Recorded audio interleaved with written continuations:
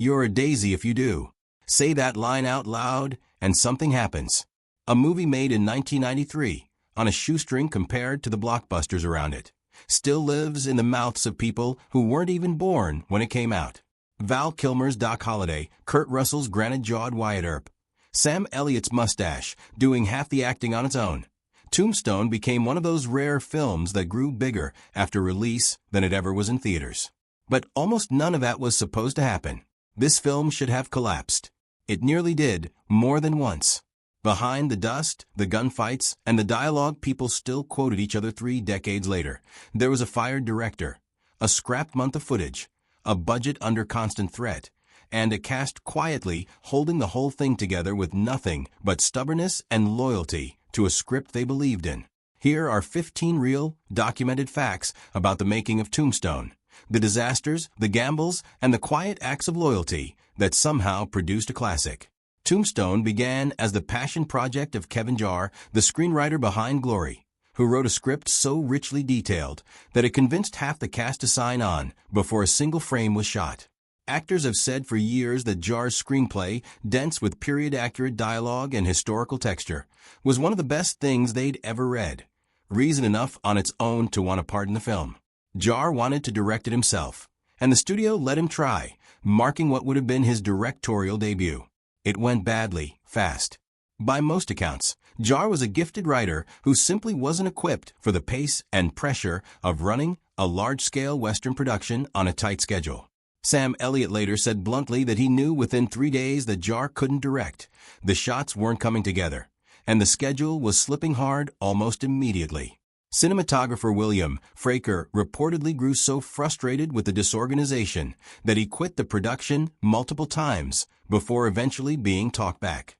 About a month into shooting, with costs mounting and the production falling further behind every day, the studio made the difficult call and pulled Jarre off the film entirely. Almost everything he had shot in those first weeks, roughly 5 weeks of footage, was later deemed unusable and scrapped, meaning the production essentially had to start over from nothing while still trying to hit its release date.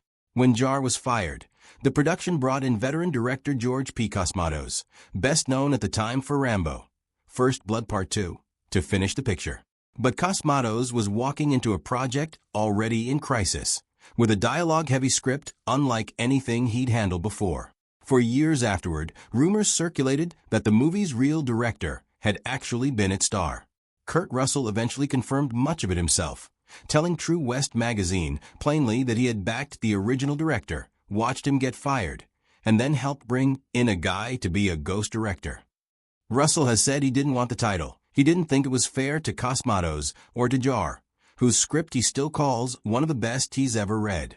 Val Kilmer has echoed this, writing that Kurt is solely responsible for Tombstone's success, no question, describing how Russell sacrificed his own energy as an actor to help hold the production together. Not everyone agrees on how much credit belongs to Russell alone. Michael Biehn, who played Johnny Ringo, has pushed back hard on the secret director narrative in interviews, saying he gets tired of being asked whether Russell directed the film and insisting that Kurt Russell did not direct it, even while acknowledging that Russell was the one who got the movie off the ground and kept it alive in the first place.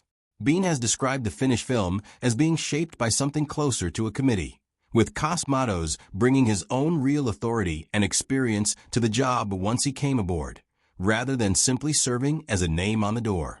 Russell himself has stayed relatively diplomatic about it over the years, at times saying only that he backed the director, that the director got fired, and that a replacement was brought in to serve as what he called a ghost director. The truth most likely sits somewhere between those two accounts, an unusually collaborative, chaotic rescue effort, driven heavily by Russell's involvement, rather than one man secretly directing an entire feature behind another man's name. Kilmer's approach to Doc Holliday, a gambler and gunfighter dying slowly of tuberculosis, became one of the most talked-about transformations in the film. Co-star Michael Biehn recalled that Kilmer used a glycerin spray on his face and neck throughout filming to create the constant sheen of fever sweat that makes Holliday look perpetually ill, and that it genuinely irritated his skin over the course of the shoot. Kilmer has spoken about wanting the audience to feel Holliday's pain in every scene, and that commitment shaped small physical choices across the entire film, from his labored breathing to his restless energy in scenes where he isn't the center of attention. Bean, who spent significant time opposite him in the film's later scenes, said he genuinely admired the choice, even knowing firsthand how uncomfortable it must have been to maintain day after day under the Arizona sun. It's a kind of detail work that doesn't show up as one single dramatic anecdote.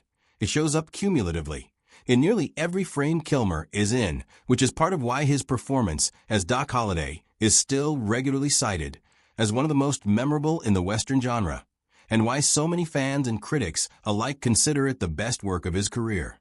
Fact 4. The Arizona heat during filming was brutal, and the wool costumes made it worse. Tombstone was shot on location in Arizona, in genuine summer heat, with a cast dressed in period-accurate wool coats, vests, and layered clothing that historical accuracy demanded, but that the desert punished mercilessly. Kilmer later joked about filming inside the real Birdcage Theater in Tombstone, Arizona, where temperatures reportedly climbed past 130 degrees Fahrenheit with the lights and enclosed space, remarking that wearing wool in that kind of heat was enough to make anyone as short-tempered as Doc Holliday.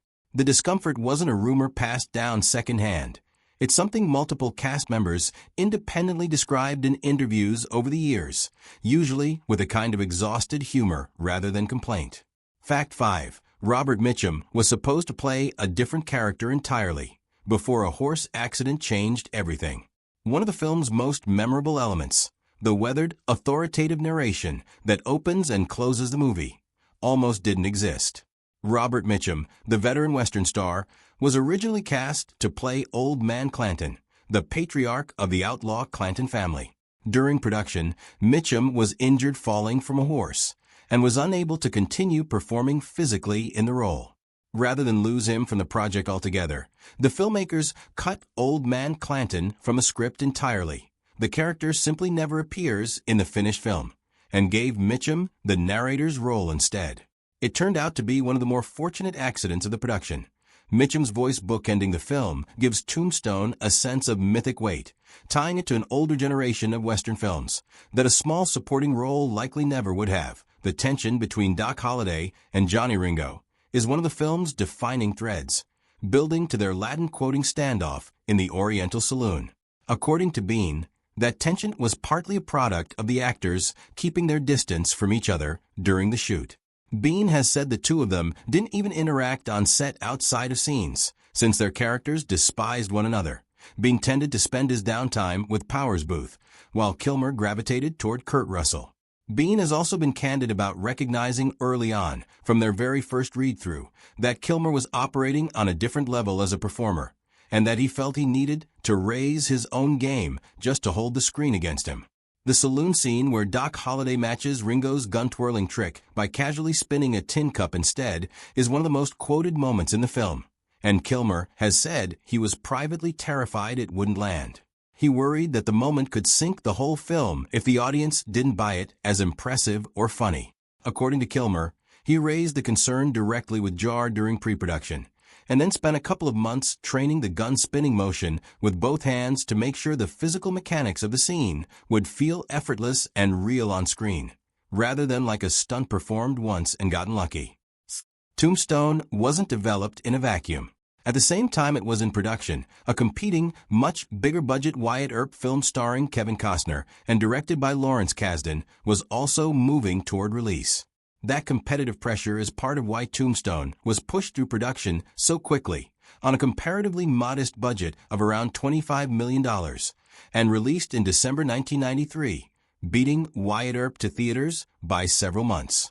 The two films told overlapping stories from very different angles, and history ultimately favored the scrappier one.